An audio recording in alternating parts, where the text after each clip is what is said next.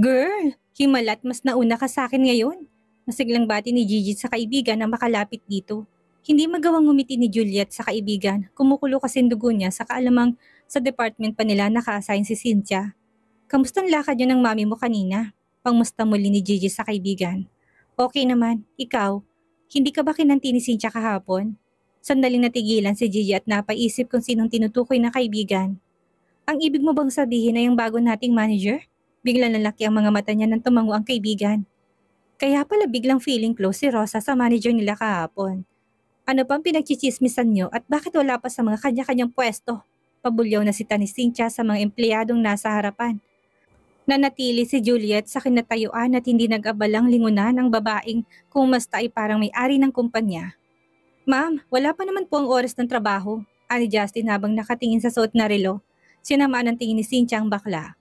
Time is gold. Kahit wala pang oras ay dapat nakaupo na sa kanilang pwesto, lalo na mga interns. Parang walang naririnig na inakbayan ni Juliet ang kaibigan at naglakad palayo kay Cynthia. Huwag mo siyang pansinin upang magmukhang tanga, bulang niya sa kaibigan. Stop! Galit na tawag ni Cynthia sa dalawang naglalakad palayo. May problema po ba, ma'am? Tanong ni Gigi na siyang lumingon kay Cynthia. Hindi ba kayo tinuruan sa paaralan ng magandang asal at basta niyo na lang akong tinalikuran? Inis na lumingon si Juliet sa babae tumalo kip-kip. Kung kami mukhang bastos sa inyong paningin, ano naman ang tawag sa isang tulad niyong kay bago-bago pa lang sa posisyon ay umaasta ng big boss dito? Sarkastiko niyang tanong din sa babae na kumaningin sa kanya ay parang isa siyang insekto. Gulat na napatingin ng mga naroon kay Juliet maliban kina Justin at Gigi. Nakarehistro sa mukha ng mga itong pagkamangha habang nakatitig sa dalaga. Pakiramdam ni Cynthia ay umakyat ang dugo niya sa kanyang ulo dahil sa galit at napahiya sa isinagot sa kanya ni Juliet. Galit na sinugod niyang babae, ngunit bigla ring natigilan nang makitang hindi man lang nababahala o natatakot sa kanya si Juliet. Nangahamon pang tingin ito sa kanya. Hinahamon siyang subukan itong saktan at ipakulong dahil sa kasalalang hindi nito ginawa. Juliet, hindi mo kilala si Miss Cynthia? Mayabang na tanong ni Rosa sa dating kaibigan. Amused na tumingin si Juliet kay Rita. Lumabas na naman ang tunay na kulay na ugali nito ngayon na may bagong pwedeng kampihan laban sa kanya. Siya lang naman ang fiancé ni Oscar. Pagyayabang pa ni Rosa at tumabi kay Cynthia. Ano ngayon kung siyang fiancé ng general manager?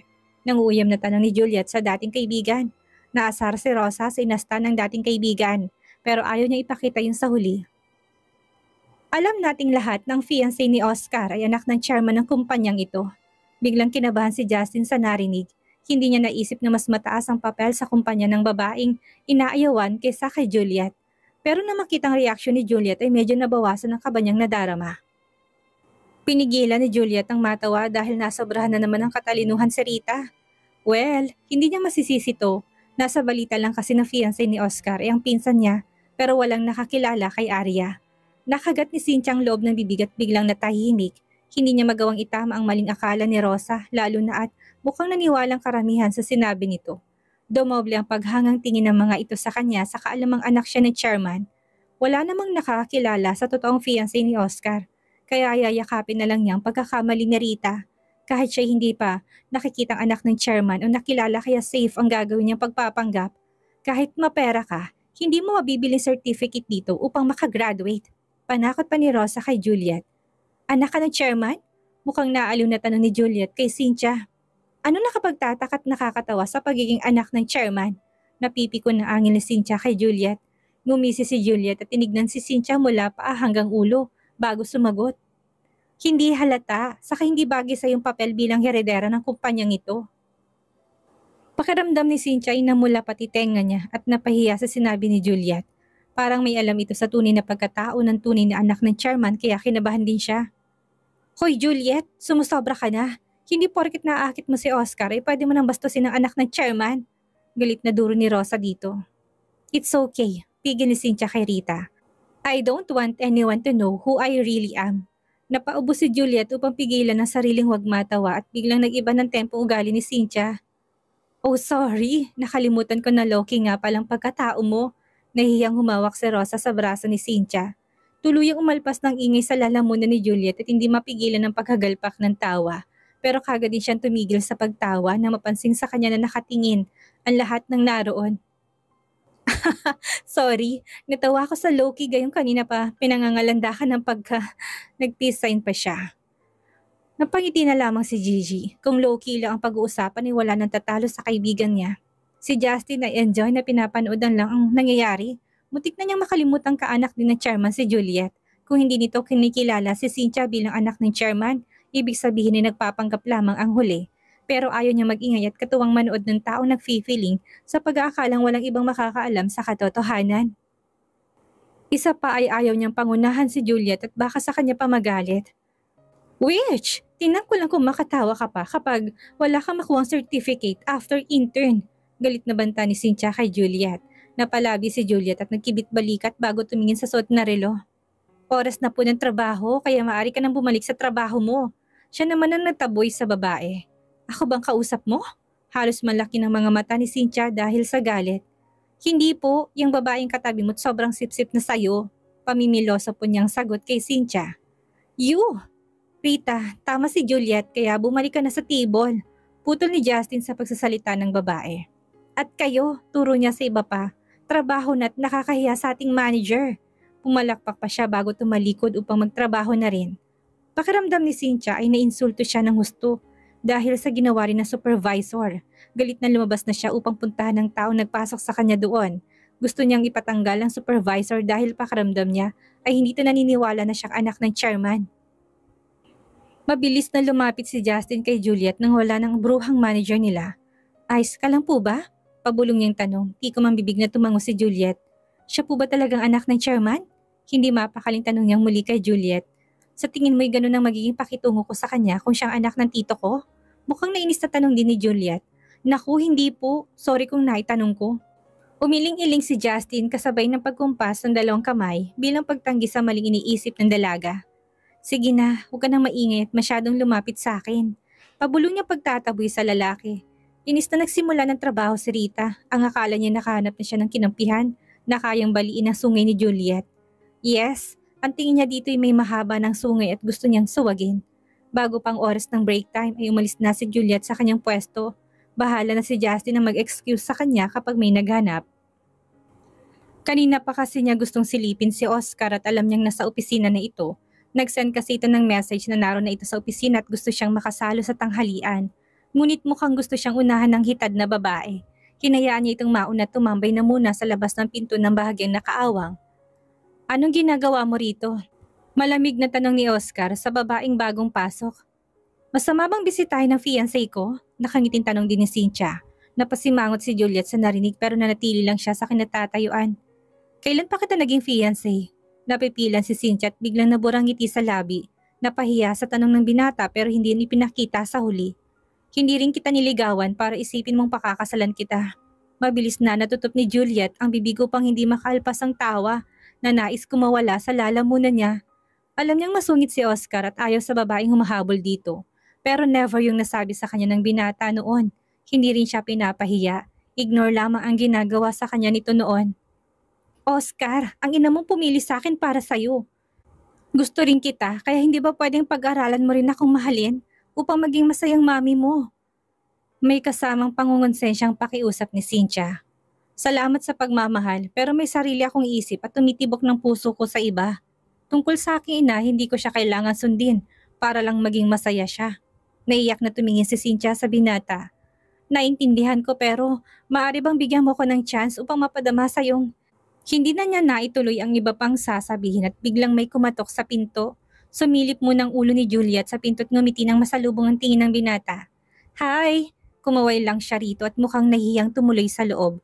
Naikuyom ni Cynthia ang mga kamay na makilala si Juliet. Anong ginagawa mo dito? Hindi pa tapos ang oras ng trabaho? Sita niya dito. Tuluyang pumasok na si Juliet at lumabi. Ikaw po ba? Ano rin ang ginagawa mo rito? How dare you? Duro niya kay Juliet. Wala kang karapatang magtanong niyan sa akin at kahit saan ay maaari akong pumunta dahil manager ako dito. O trabaho na pala ngayon ng manager ang manligaw sa lalaki. Sarkastiko niyang tugon kay Juliet. Which? She hissed. Nakita mo ba kung anong klaseng ugaling babaeng yan? Pati dito sa kumpanya ay dala niyang ugaling basura. Namulang pisngi ni Juliet dahil sa galit at gustong sabunutan ng babae. Ngunit biglang nagbagong isip niya at kumapit sa braso ni Oscar. Sorry, babalik na lang ako. No. Pigil ni Oscar sa dalaga bago sinamaan ng tingin si Cynthia. Walang mali sa sinabi niya at totoo naman ang lahat dahil sa narinig mula sa'yo kanina. Isa pa ako ang nagpatawag sa kanya rito. Muling napahiya si Cynthia sa binata. Pagtingin niya kay Juliet ay nakangisi ito. Pinagtatawanan siya dahil mas kinampihan ito ni Oscar. Ilang beses niyang namura ito sa isipan at gustong isumpa na mamatay na sana. Kung umakto ito ngayon ay mukhang sobrang nasaktan sa mga sinabi niya. Pero kapag hindi nakatingin dito si Oscar ay daig pa nitong isang devil. Oscar, huwag mo akong sisisihin sa maging result ng intern ng babaeng yan. Banta niya sa binata bago sa babae. Pagsisisihan mong binangga mo isang tulad ko. Bitch! Mukhang paiyak na tumingala si Juliet sa binata. Ayaw kong bumagsak sa intern. Napangisi si Cynthia at mukhang nagawa niyang takutin ng babae. Huwag kang mag-alala at hindi ko hayaang mangyari ang kinatatakutan mo. Niyakap niyang dalaga at hinaplos ang buhok nitong lagpas balikat ng haba. Mabilis na ipinulupot ni Juliet ang mga kamay sa batok ng binata at napatitig sa mga labi nito. Well, see! Galit na bulong ni Cynthia bago nagmamadali ng umalis. Pabagsak ding isinara ang pinto dahil sa galit. Hinapit niya sa bewang ang dalaga at lalong nilapit ang katawan nito sa kanya. Pinag-iinitan ka ba niya sa trabaho? Nakalabi at malungkot na tumango si Juliet sa binata. Pinangangalandakan niyang siyang fiancé mo. That bitch! Napayuko si Juliet at lihim na napangiti ng tawagin ni Oscar na bitch, si Cynthia. Don't worry, hindi siya magtatagal sa kumpanyang ito para lang guluhin ang mundo nating dalawa. Thank you! Tumingkayad siya at mabilis na hinalikan sa labi ang binata. Nang maramdamang ayaw ng binatang maputol ang halikan nila, ay pilit niyang nilayong sarili dito. Nasa opisina tayo. I don't care. Tugon ni Oscar sa hinalikan sa leegang dalaga. Napamura sa isipan si Juliet.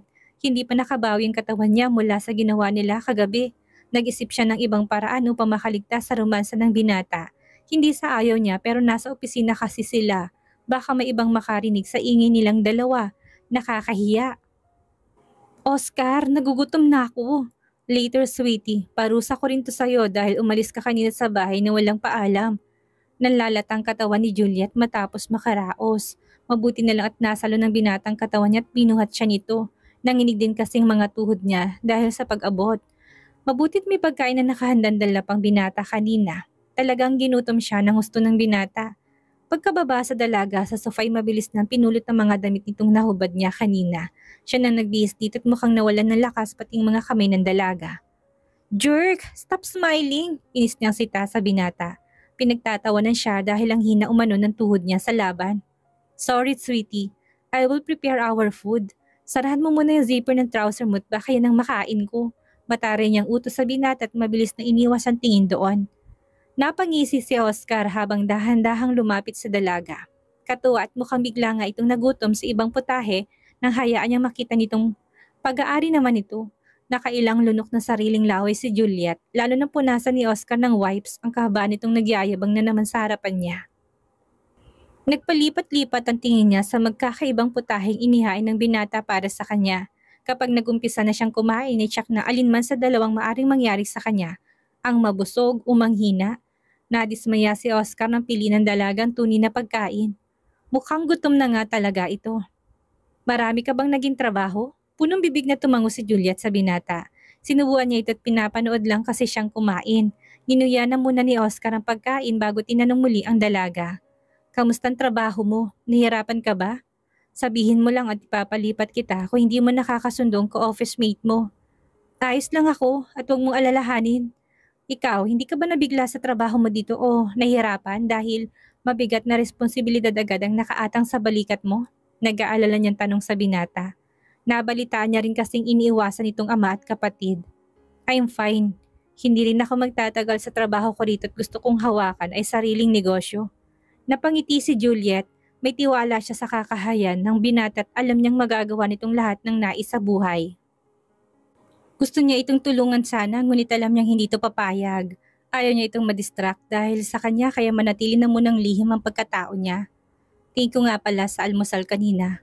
Ha? Maang siyang tumingin sa binatang natigil sa pagnguya. Hindi ako nag-almusal pero dahil luto mo'y kumain ako. Sana'y everyday may ganong pagkain. Tinasa ni Juliet ng kilay ng binata at parang batang humihiling. Isa pa, wala siyang natandaang bumili ng pagkain para dito lalo na pinagluto to. Wala naman kasi siyang alam sa kusina, maliban sa pagpapakulo ng tubig at laga ng itlog.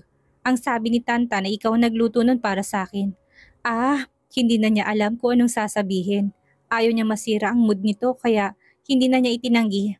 Sweetie, gusto ko sanang magpakasal na tayo.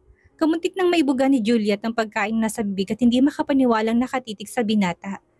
Kahit sa West lang muna upang masiguro kung hindi ka na maagaw ng iba sa akin.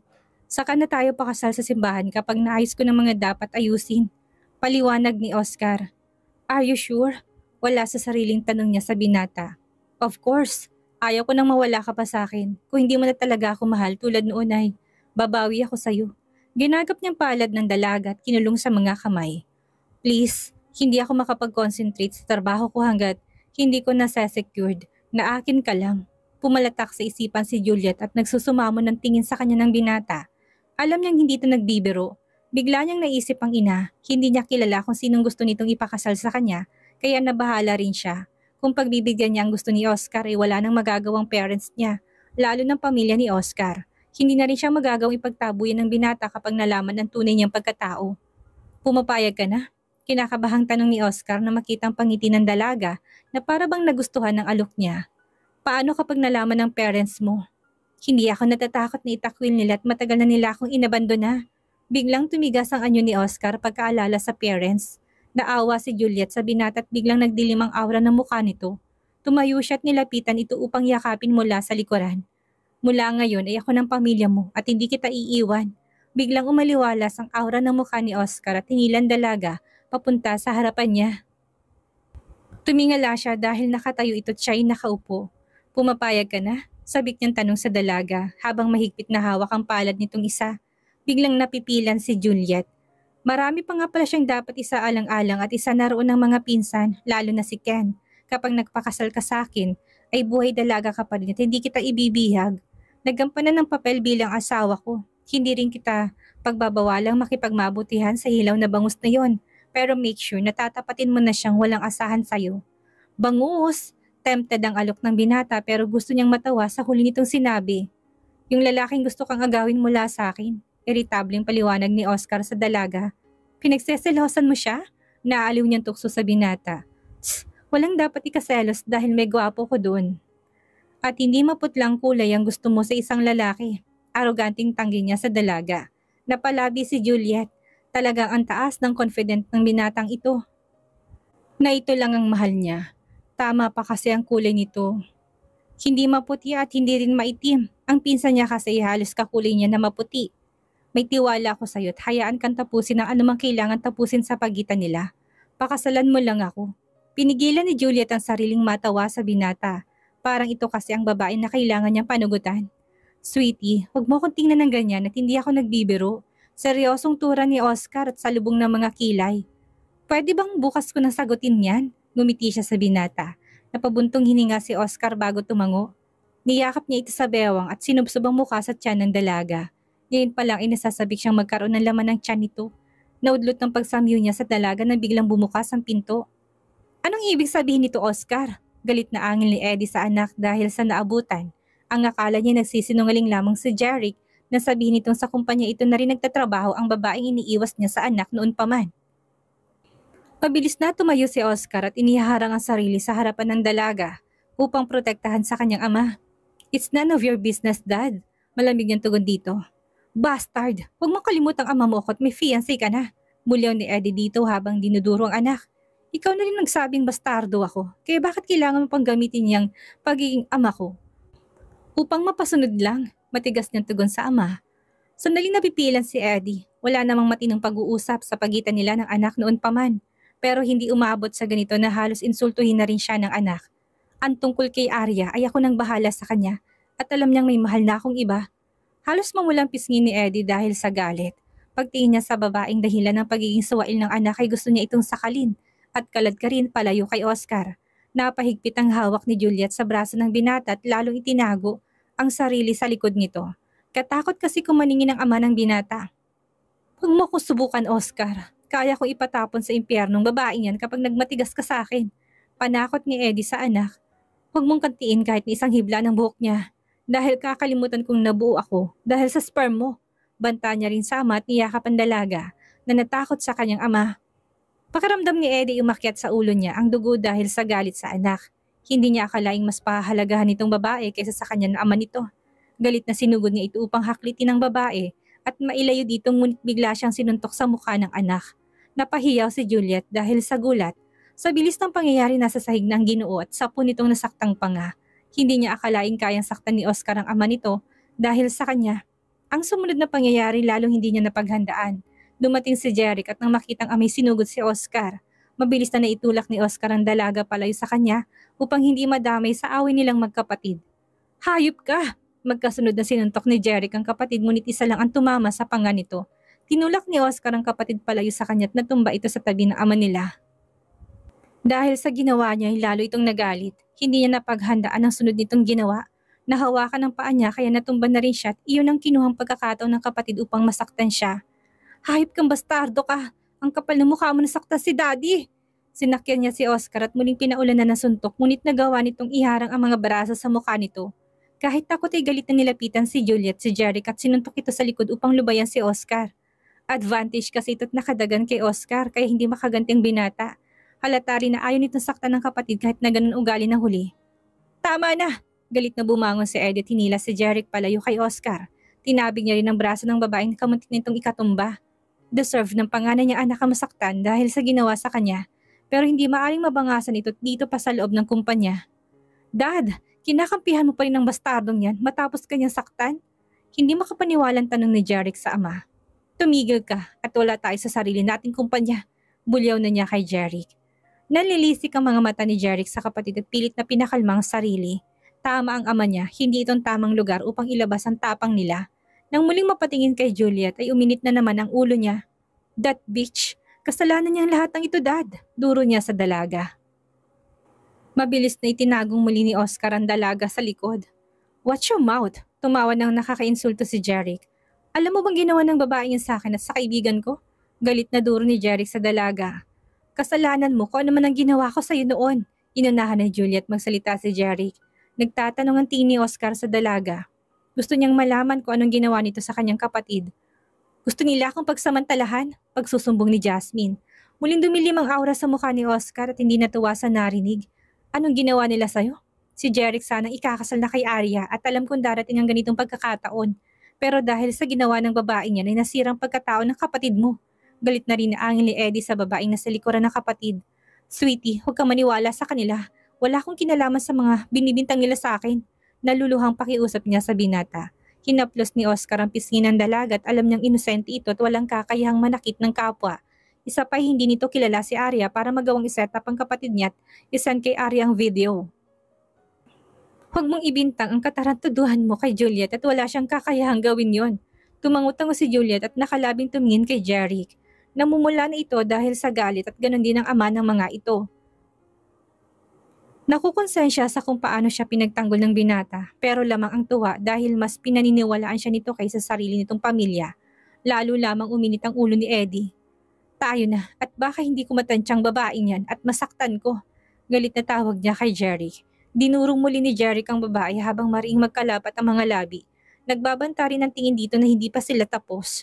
Napabuga ng hangin sa bibig si Oscar nang wala ng dalawa. I'm sorry, ayos ka lang ba? Sinuri niyang pisngi ng dalaga. Okay lang ako at ikaw ang nasaktan dito. Mabilis nang inakay ang binata at pinaupo sa sofa. Agad na sinuring namumula nitong pisngi na malapit sa panga. I'm sorry, dahil sa akin kaya lalong lumaki ang alitan sa pagitan niyong mag-anak. Niyakap ni Oscar ang dalaga at bumulong. Hindi mo kasalanan at kung totoo mang ikaw ang may kagagawan sa gulong nangyari noon, ay hindi kita masisisi. Why? Deserve yun ng gago kong kapatid. Hindi rin ako makakapayag na maikasal si Arya sa kanya. Biglang natahimik si Juliet at nasaktan sa kaalamang mahalagang pinsan niya sa binata. Kaibigan ko si Arya at alam kong hindi gaganda ang buhay niya sa piling ng kapatid ko. Ayaw ko mapunta siya sa maling tao dahil tinanggihan ko ang kasal naming dalawa. Paliwanag niya na mapansin na nagsiselos ang dalaga. Kahit papaano ay gumaan ang loob ni Juliet. Natuwa siya dahil tunay na may malasakit ang binata sa kapwa nito. Masaya siya dahil tunay na kaibigan lamang ang pagtingin nito sa pinsan niya. Dito ka lang muna at pupunta ako sa klinik upang kumuha ng cream at cold compress para dyan sa pasa mo. Nakangiting sinundan ng tingin ni Oscar ang dalaga. Sobrang saya niya at hindi siya kayang makita ng dalaga na nasasaktan. Pumikit na muna siya habang nakasandal sa sofa upang i-relax ang sarili habang hinihintay ang pagbalik ng dalaga. Nang bumukas ang pinto, saka lang siya muling nagmulat. Ngunit nang makilalang taong pumasok ay mabilis siyang tumayo at bumati rito.